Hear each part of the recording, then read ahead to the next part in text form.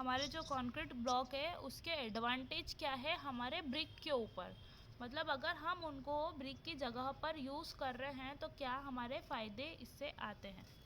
The use of concrete block as masonry unit, मतलब हम अगर जुड़ाई के लिए, दीवार की जुड़ाई के लिए हम कंक्रीट ब्लॉक को यूज़ कर रहे हैं, masonry unit can be observed at the many construction site because of the following advantage। सारी जगहों पर मेसोनरी वर्क में जब हम कंक्रीट ब्लॉक को यूज़ कर रहे हैं तो उसके बहुत सारे एडवांटेजेस हैं जो इस प्रकार है। It increase the carpet area of the building because small width of concrete block as compared to brick masonry wall। देखो ये वाला पॉइंट क्या बोलता है, जैसे कि ये दीवार है, ठीक है, चौड़ी दिख रही है, जहाँ पे ये गेट लगा है छोटा सा, सबको दिख रहा है कि नहीं दिख रहा है, सब हो लाइन पे कि यहाँ वहाँ चलेगा? हाँ मैडम है लाइन पे। हाँ, तो ये क्या है, 2 ईंट की अपनी दीवार है, ठीक है, मतलब 2 ईंट, मतलब एक ईंट ऐसी लगाई होगी 19 तक और एक ईंट ऐसी लगाई होगी, तो इनकी ये दीवार जुड़ाई हुई होगी। ये मत देखना यहाँ पे क्या लगा था, मार्बल लगा हुआ था जो कि चिपका हुआ था अपने मोटार से, जो निकल के गिर गया है, ठीक है। मतलब ये जो अपन ने ब्लैक मार्बल सॉरी ग्रेनाइट की पट्टियाँ जो लगाई है, ये ऐसी ऊपर लगाई है, ऐसी एक यहाँ भी लगी थी और ये इस गेट जहाँ पे फिक्स है ये इधर भी लगी थी, तो दोनों पट्टियाँ निकल के आउट हो गई है। क्यों आउट हो गई है? क्योंकि जब हीट में मार्बल तपा तो उसने क्या, सीमेंट को छोड़ के अलग हो गया वो, ठीक है। तो चूंकि वर्टिकल था तो वर्टिकल फोर्स ज़्यादा लगता है। अब ये कैसा है, ये इसके ऊपर रखा हुआ है, तो रखा हुआ है, अगर ये दोनों एक दूसरे को छोड़ भी देते तो ये इसके ऊपर प्लेस्ड है, तो इतनी जल्दी अलग नहीं होगा। क्यों? क्योंकि इसके ऊपर भार है, ग्रेविटी है, इसके ऊपर ऐसे रखा हुआ है, ठीक है। तो ये वर्टिकली रखा हुआ था तो इसलिए टूट करके अलग हो गया। अब मैं बात कर रही थी हमारे पॉइंट नंबर 1 की। पॉइंट नंबर 1 मतलब हमारा जो एडवांटेज है वो क्या बोल रहा है कि कारपेट एरिया बढ़ाता है। मतलब जो ये एरिया आपको दिख रहा है, इस एरिया को बोलते हैं carpet area, area of use. हमारा मतलब जैसे क्या हुआ कि इतना क्लियर एरिया है, मतलब यहाँ से यहाँ तक 2 दीवार जहाँ तक बनी हुई है, ये एरिया हमारा क्लियर एरिया है। तो अगर इस जगह पर मैंने 2 ईंट की दीवार बनाई है, तो क्यों बनाई है 2 ईंट की दीवार? ताकि अच्छी ये दीवार रहे, ज़्यादा कमज़ोर नहीं रहे। 2 ईंट की रहती तो वो ज़्यादा स्ट्रेंथफुल रहती है, इसलिए हम इसकी मोटाई दीवार की हमने ज़्यादा दी है ना। अब इसी जगह पे अगर मैं कंक्रीट ब्लॉक एक ईंट की मतलब एक लाइन की बनाती या एक कोर्स की बनाती, तो वो क्या रहती, हमारी 2 ईंट के बराबर मजबूती देती। समझ आ रहा है क्या? हेलो? नो नहीं आ रहा है? हाँ मैडम नहीं आ रहा है। जैसे हम 2 ईंट की दीवार क्यों बनाते हैं? ताकि मजबूत रहे, ठीक है। ये दीवार मैंने 2 ईंट की बनाई है ना, मतलब इसकी थिकनेस क्या है, ज़्यादा, तो 2 ईंट की दीवार है ये जो पूरी बनी हुई है, ये आधी पैरापेट वॉल बनी हुई है, ये पाली बनी हुई है अपनी, है ना। ये वाली ये पूरी कितनी है, ये देखो यहाँ से देखो, ये ऐसा खांचा छोड़ा हुआ है, तो ये 2 ईंट बराबर है अपना, ठीक है। एक ईंट यहाँ आ जाए, एक ईंट यहाँ आ जाए, और ये थोड़ा मोटार की अगर देखें तो ये इसकी इतनी थिकनेस है ना। इतनी थिकनेस की क्या बना रही हूँ मैं, दीवार बना रही हूँ। अगर इतनी थिकनेस दे रही हूँ, इसलिए हमको 2 ईंट की बनानी पड़ी। क्यों 2 ईंट की बनानी पड़ी? क्योंकि हमारा क्या है, ब्रिक थोड़ा सा कमज़ोर मटेरियल है ना। अब इसकी जगह पर मैं अगर कंक्रीट ब्लॉक से बनाती तो कम चौड़ी में ही अपना काम हो जाता, मतलब उसकी स्ट्रेंथ ज़्यादा होती है ना, वो मजबूत ज़्यादा होती है। तो मैं एक ही पट्टे की कंक्रीट ब्लॉक दे देती उसमें, तो क्या होता, मेरा इतना एरिया बच जाता, मतलब दीवार पतली बनती तो हमारा जो ये क्लियर एरिया है वो क्या हो जाता, कम हो जाता ना, एरिया ज़्यादा मिलता हमको काम करने के लिए या यूज़ करने हाँ के मैडम। लिए। इतनी बात समझ में आई? हाँ मैम। तो मोटाई वाली दीवार में क्या होता है, हमारा एरिया ज़्यादा यूज़ होता है, जो हमारा खुद का कारपेट एरिया होता है।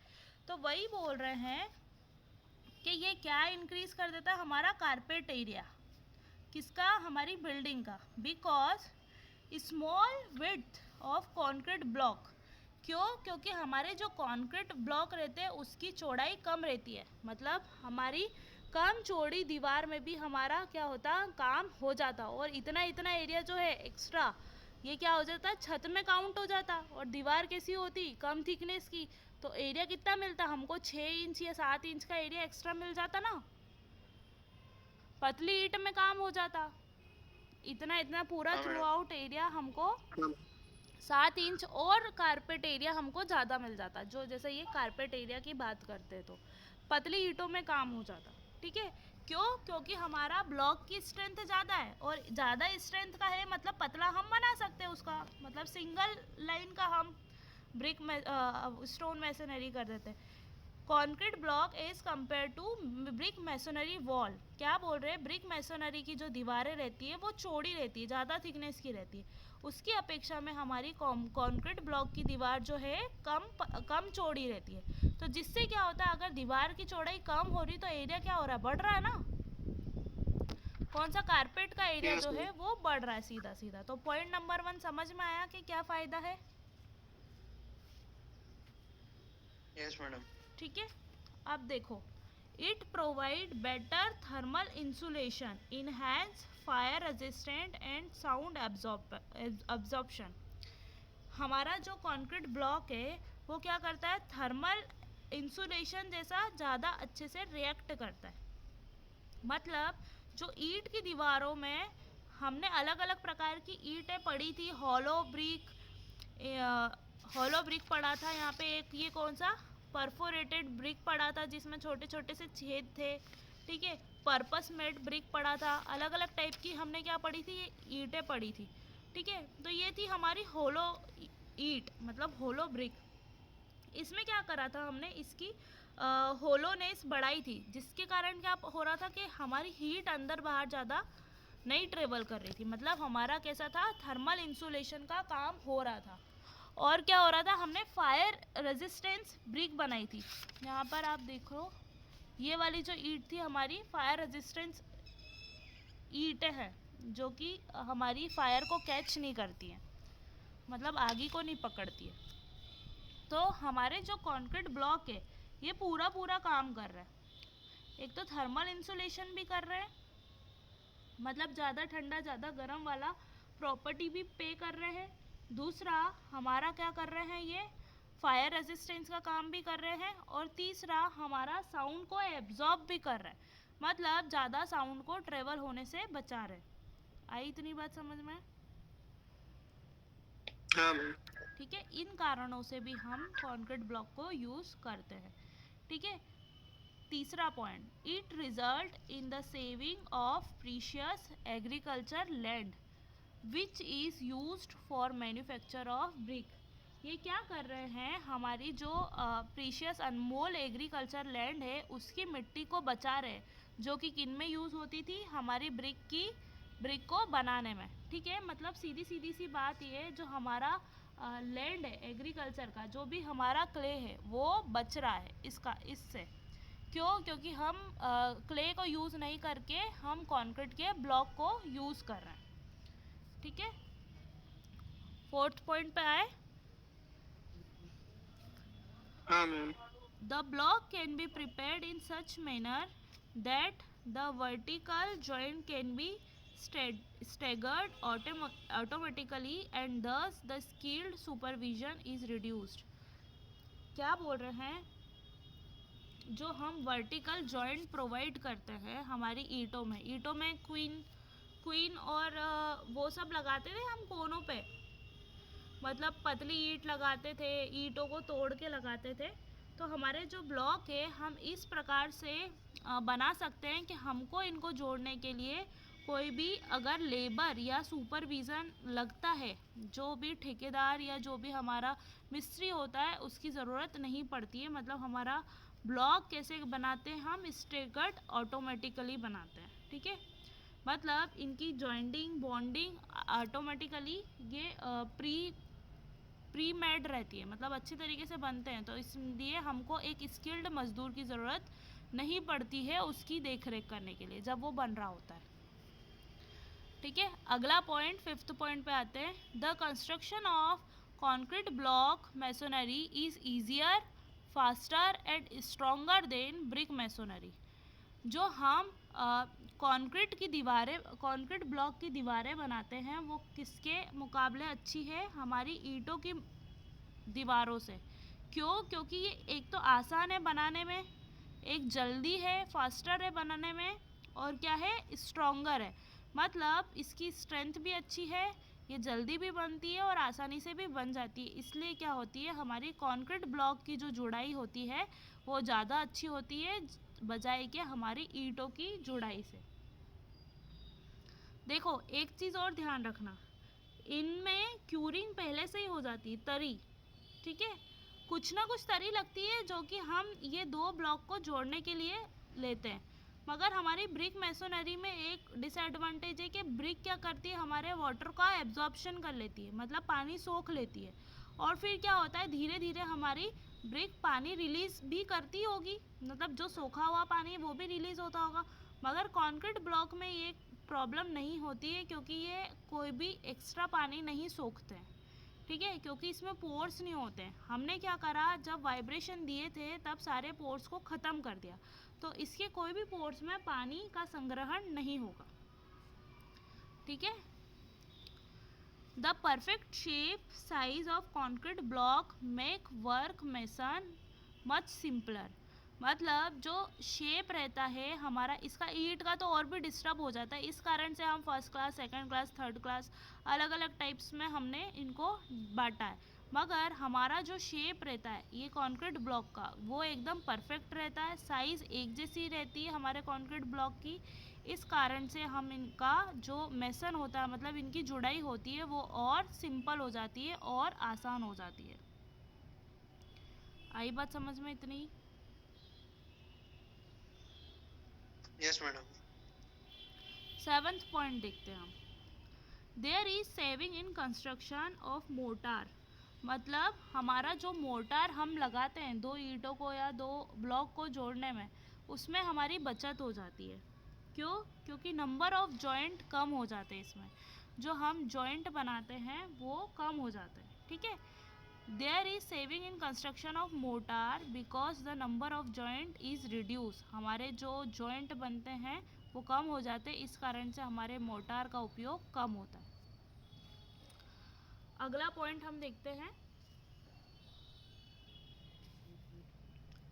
The utility can be further increased by producing the reinforced concrete block RCB masonry unit. The block are provided two holes for placing suitable reinforcement bar and structure.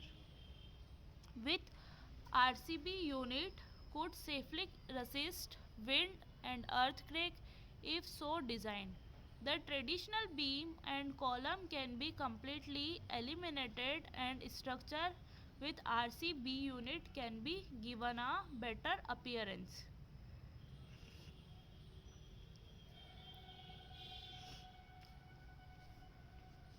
क्या बोल रहे हैं ये? The utility can be further increased. हमारी जो ज़रूरत के आधार पर हम हमारे प्रोडक्शन को और इंक्रीज कर सकते हैं, और इसको कैसा बना सकते हैं? रेनफोर्स्ड, मतलब इसमें सरिया भी दे सकते हैं। अभी तक हम इसमें सरिया नहीं दे रहे थे, ठीक है। जब हम इसमें सरिया या रेनफोर्समेंट प्रोवाइड कर देंगे तो ये वाले कंक्रीट ब्लॉक को हम क्या बोलेंगे? RCB, reinforced concrete block. तो ये जब हम हमारी मेसोनरी में या जुड़ाई में इसको यूज़ करेंगे तो इन ब्लॉकों में क्या प्रोवाइड करते हैं हम? 2 होल्स प्रोवाइड करते हैं। मतलब ये ब्लॉक के अंदर में दो हमने ऐसी नालियाँ प्रोवाइड कर दी, ठीक है, 2 होल्स प्रोवाइड कर दिए। काय के लिए प्रोवाइड करें? प्लेसिंग द रेनफोर्समेंट बार, मतलब हम सरिये के जो बार्स प्रोवाइड करें इसमें, इसलिए हम इसमें 2 होल का प्रोविज़न रख देते हैं। इससे क्या होता है, अगर हमारे स्ट्रक्चर की रिक्वायरमेंट है कि हमको उसमें सरिया भी देना है या हमको उसको रेनफोर्स्ड बनाना है, तो हम उन ब्लॉक में क्या करते हैं? रेनफोर्समेंट बार को दे देते हैं, ठीक है। इससे क्या होता है, हमारा जो स्ट्रक्चर अगर हम बना रहे हैं वो किसको रेजिस्ट कर सकता है? विंड को, हवा को रेजिस्ट कर सकता है और अर्थक्वेक को। मतलब ये किन जगह पर हम इसका उपयोग बेटर है, जहाँ पर हमारी विंड हाई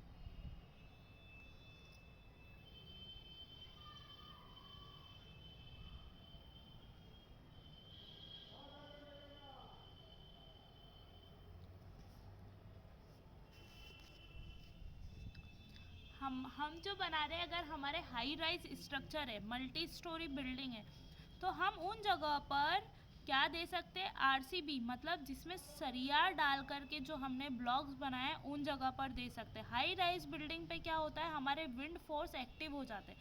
जितनी लंबी बिल्डिंग उतना ज़्यादा विंड फोर्स, हमारी जो हवा का फोर्स रहता है वो ज़्यादा लगता है। तो वैसी स्थिति में जैसे हमारा हमने सरिया दिया है, रेनफोर्समेंट दिया है, तो वो कैपेबल होता है हमारे टेंशन को झेलने में। टेंशन तरीके का फोर्स वो झेलता है। सपोज ये बिल्डिंग कोई सी भी खड़ी है, इसमें क्या हो रहा है, हमारे हवा का फोर्स लग रहा है। तो किस प्रकार का फोर्स आ रहा है, टेंशन फोर्स आ रहा है। मतलब हमारी बिल्डिंग कैसी यूं टेढ़ी होगी, यूं झुकेगी, मतलब इसकी बाहर वाली साइड पर क्या आ रहा है, हमारा टेंसाइल फोर्स आ रहा है। और टेंशन, हमारा जो सरिया रहता है वो टेंशन को अच्छे से झेल लेता है। तो हम क्या करते हैं, अगर हमने इस प्रकार के ब्लॉक्स का यूज़ करा है, रेनफोर्समेंट वाले ब्लॉक का जिसमें सरिया भी डला हुआ है, तो वो क्या करेंगे, विंड को आसानी से रेजिस्ट कर देंगे। मतलब विंड के सामने वो सीधे खड़े रह सकते, कैपेबल हो सकते। और क्या करते हैं, ये अर्थक्वेक की स्थिति में भी सही से सुचारू रूप से खड़े रह सकते हैं। ठीक है, इफ़ सो डिज़ाइन, अगर हमने इनको डिज़ाइन करा हुआ है। द ट्रेडिशनल बीम, जो चले आ रहे हैं हमारे बीम कॉलम के जो structure, completely eliminated and the structure with RCB unit can be given a better appearance। तो हम इनको अगर ज़्यादा मात्रा में यूज़ करते हैं, या हम पूरा होल स्ट्रक्चर हमारे RCB ब्लॉक्स का ही बनाते हैं, तो हमारे ट्रेडिशनल बीम और कॉलम को हम कम्प्लीटली नकार सकते हैं या एलिमिनेट कर सकते हैं, और इनका बेटर अपीयरेंस भी होता है। आया ये समझ में? यूज़ देख लेते हैं। Use in view of advantage mention above, ये जो हमारे एडवांटेज है जो पहले दिए गए हैं। The concrete block masonry technique of construction, ये जो हमारी टेक्निक है कॉन्क्रीट ब्लॉक की, हम जिनको मेसोनरी में एडॉप्ट कर सकते हैं on large scale of mass housing and various civil engineering project. हम अलग अलग सिविल इंजीनियरिंग के प्रोजेक्ट में, जहाँ पर हमको मेसोनरी में ब्रिक से ज़्यादा अच्छे रिजल्ट हमको कंक्रीट ब्लॉक दे रहे हैं, तो हम वहाँ पर इनका उपयोग कर सकते हैं। आई बात समझ में?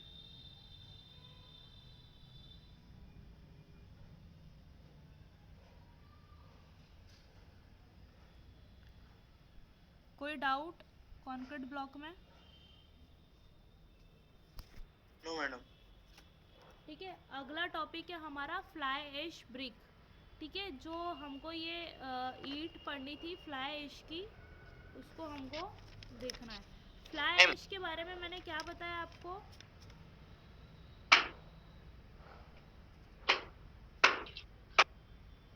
फ्लाई ऐश मतलब, मैडम ये आरसीसी ब्लॉक जो आपने बताया, कंक्रीट ब्लॉक, इसकी स्टैंडर्ड साइज क्या होती है?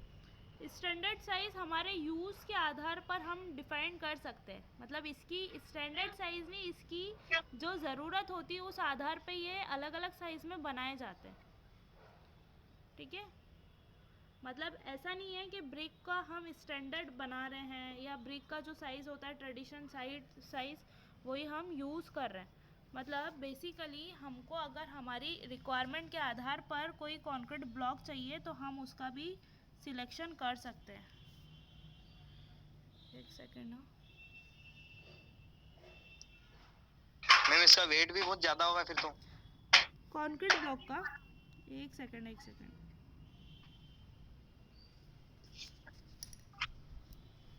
वो जो फ्लैश एड बता रहे हो क्या, कौन सी वाली?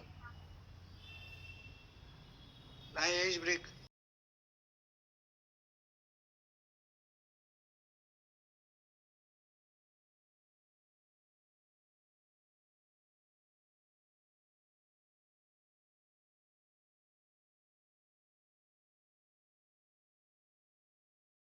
आधार पर मतलब हमको जैसे रिक्वायरमेंट है वैसे हम कंक्रीट ब्लॉक का सिलेक्शन कर सकते हैं, ठीक है।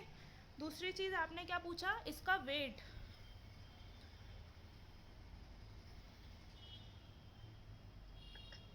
हाँ मैम।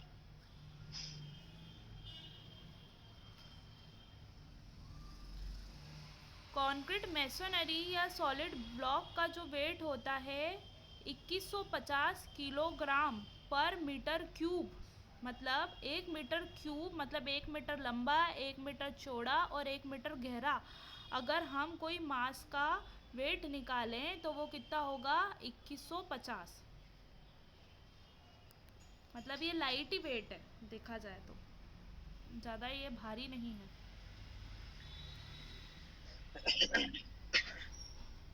ये देखो मैंने आपके उसमें डाला है ग्रुप में।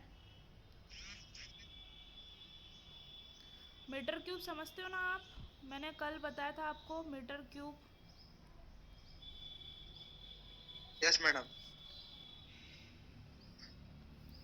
अगर हम 1 मीटर लंबा, 1 मीटर चौड़ा और 1 मीटर गहरा के अंदर, इतने साइज के अंदर कंक्रीट ब्लॉक को तोड़े, मतलब ये लंबाई हुई अपने कंक्रीट ब्लॉक की, ये चौड़ाई हो गई और ये अपनी गहराई हो गई। इसके अंदर बहुत सारे हमने कंक्रीट ब्लॉक जमा है। ये 1 इंच 4 इंच ये ऐसे रहते हैं। मतलब अगर इतने पूरे 1 मीटर का वेट हम निकालने पहुँचे तो कितना आएगा, 2100, कितना बताया मैंने, 2150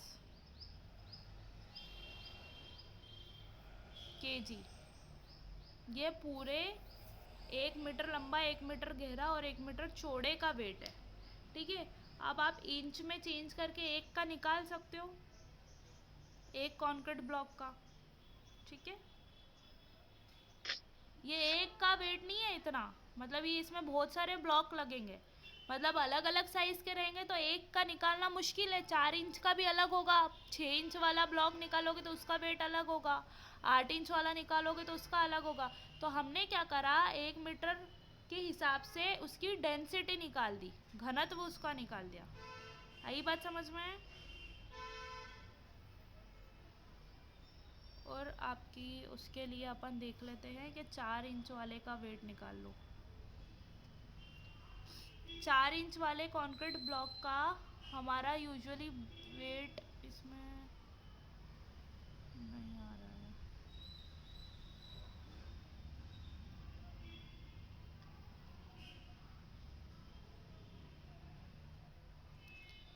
देखो क्या बोल रहे हैं। अगर 4 इंच का हमारा सॉलिड ब्लॉक है तो 44 ब्लॉक का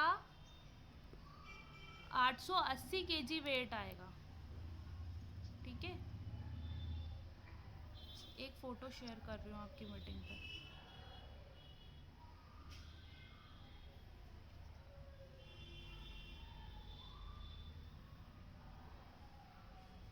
ये देखो दिख रहा है क्या स्क्रीन पे फ़ोटो?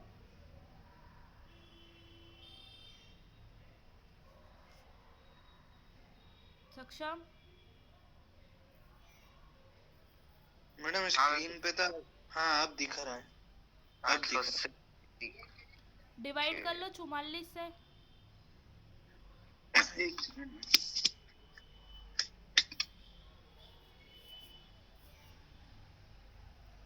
मैडम 20, क्या 20। क्या 20?